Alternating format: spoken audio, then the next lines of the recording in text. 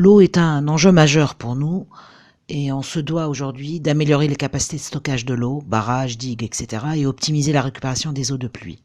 Investir dans des usines de traitement d'eau, revoir notre politique des stations de dessalement de l'eau de mer, revoir le statut des entreprises publiques SONED et ONAS en leur donnant un peu plus d'autonomie dans la gestion de l'entreprise, revoir la politique de tarification de l'eau selon l'usage, le volume, etc., l'activité, et mettre fin au forage anarchique.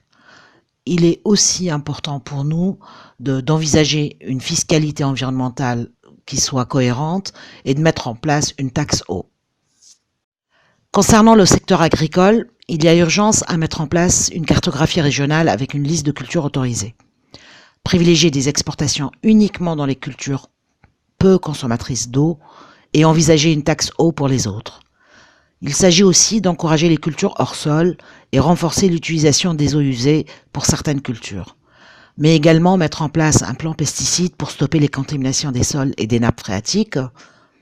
Il y a également à revoir les techniques du travail du sol en tenant compte des problèmes d'érosion et d'inondation, mais revoir aussi les politiques de subvention, lier crédit et incitation fiscale à la nature du projet agricole. Mais il faut surtout impliquer les groupements de développement agricole dans les objectifs anti-gaspillage. Pour le secteur industriel, il nous faut mettre en place un plan anti-gaspillage pour rationaliser l'utilisation de l'eau. Les objectifs sont à fixer secteur par secteur, phosphate, agroalimentaire, textile, etc. et envisager une taxe eau sur certains produits.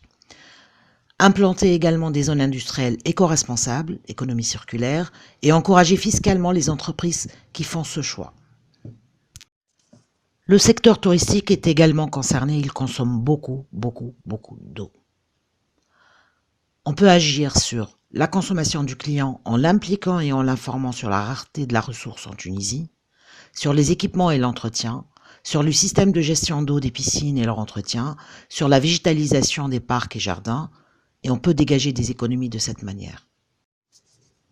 Le secteur du bâtiment est également concerné.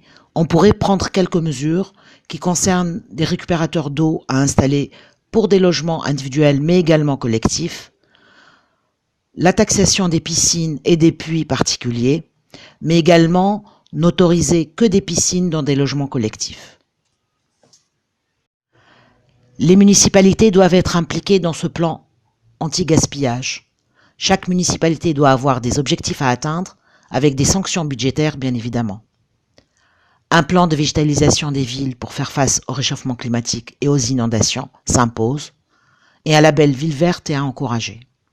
On ne peut plus continuer à faire comme si on n'avait pas un problème avec cette ressource rare.